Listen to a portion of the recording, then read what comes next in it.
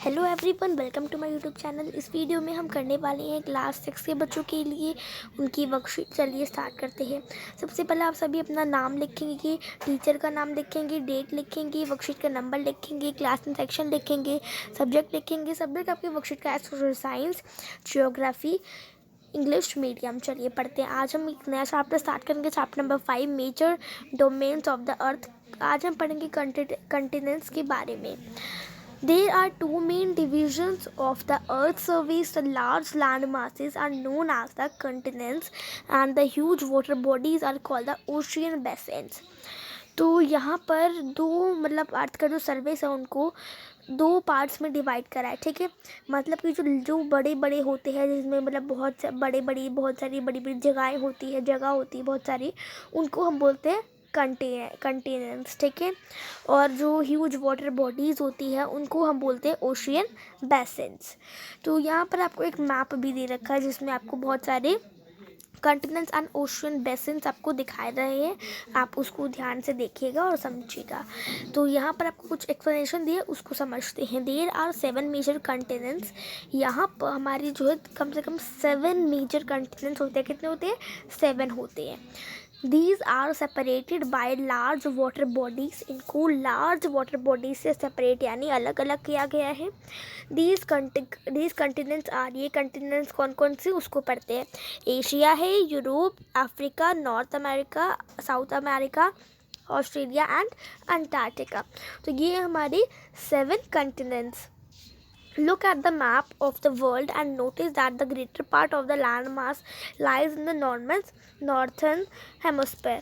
तो आप मैप को देखिए और उसमें से देखिए कौन सा बड़ा कंटिनेंट्स है, और वो आपको नॉर्थ एंड साउथ में दिखेगा। तो देखिए एशिया जो सबसे बड़ा है। देखिए ये सब तो कितने छोटे छोटे से है, देख सकते हैं आप यहाँ पे कितने छोटे छोटे से है ये सब। ठीक है, लेकिन एशिया जो है सबसे बड़ा है। और एशिया और यूरोप को क्या रखा है, बीच में से अलग कर रखा है। यहाँ पर आपको मैं जूम करके दिखाती हूँ। देखिए यहाँ पर एशिया और यूरोप दोनों के दोनों है। ठीक है, लेकिन एक पर्वत है जिसने एशिया और यूरोप को अलग कर रखा है। तो ये हो गया इतना पार्ट। तो कितना क्या हो गया, देखो यहाँ पर इतना पार्ट हो गया यूरोप का और इतना पार्ट पूरा हो गया एशिया का। ठीक है, तो ये आपको समझा रखा है। अब कुछ और जानकारी लेते हैं एशिया, यूरोप और अफ्रीका के बारे में। सबसे पहले हम पढ़ेंगे एशिया के बारे में। एशिया के बारे में खास जानकारी लेते हैं, वो आपको क्या बता रखा है उसको पढ़ते हैं।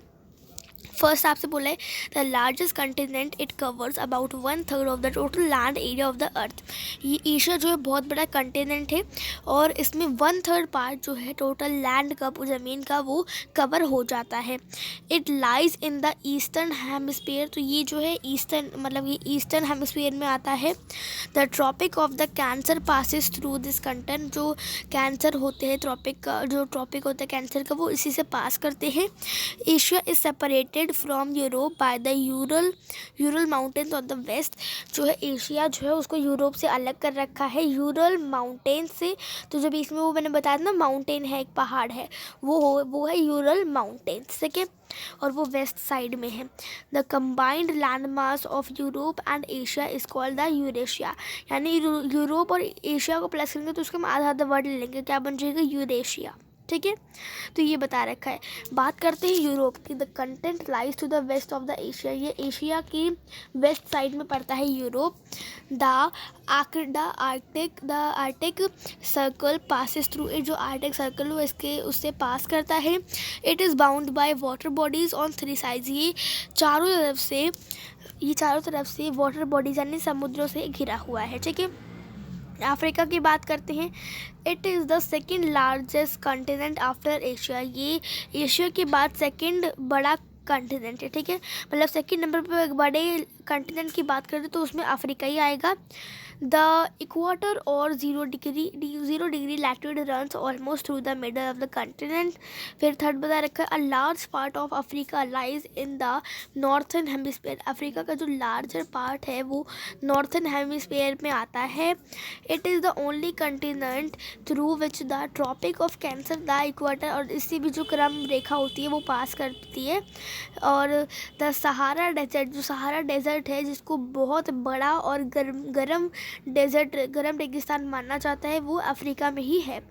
The continent is bound on all side, जो कंटिनेंट है वो ऑल साइड्स में है, ओशियंस और सीज से घिरा हुआ है ये भी।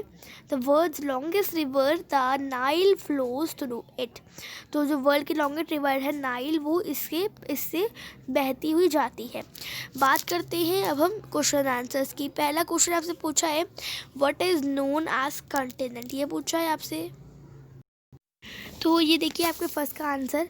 कॉन्टिनेंट क्या होता है? कॉन्टिनेंट मतलब होता है कि एक मतलब ऐसी वाइड लैंड होती है discipline that separates the earth, जो अर्थ को सेपरेट करती है सी और माउंटेन से, ठीक है। तो सेकंड क्वेश्चन आपसे क्या पूछा है, how many continents are there in the world, world में कितने कंटिनेंट्स आपसे वो पूछा है। तो वर्ल्ड में 7 कंटिनेंट्स आप लिख देंगे, there are 7 continents the world. Third question आपसे पूछा था कि लार्जेस्ट कंटिनेंट कौन सा है, ठीक है, ये पूछा था।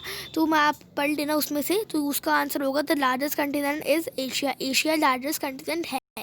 तो ये आप देख रहे हैं, आपको दिखवा रखा क्वेश्चन, ठीक है। और वर्कशीट हमारे यहाँ पे ख़त्म हो जाती है। उम्मीद करती हूँ आप सभी को मेरी वीडियो पसंद आई होगी, और अगर आप सभी को मेरी वीडियो पसंद आई होगी तो वीडियो को लाइक करना ना भूलें, अपने दोस्तों के साथ शेयर करके चैनल को सब्सक्राइब कर दीजिए और बेल आइकन को दबा दीजिए ऐसे और सारे वीडियोज़ के नोटिफिकेशंस के लिए। तो हम सब मिलते हैं अगली वीडियो, तब तक के लिए bye bye, see you next time, stay home, stay safe, thanks for watching.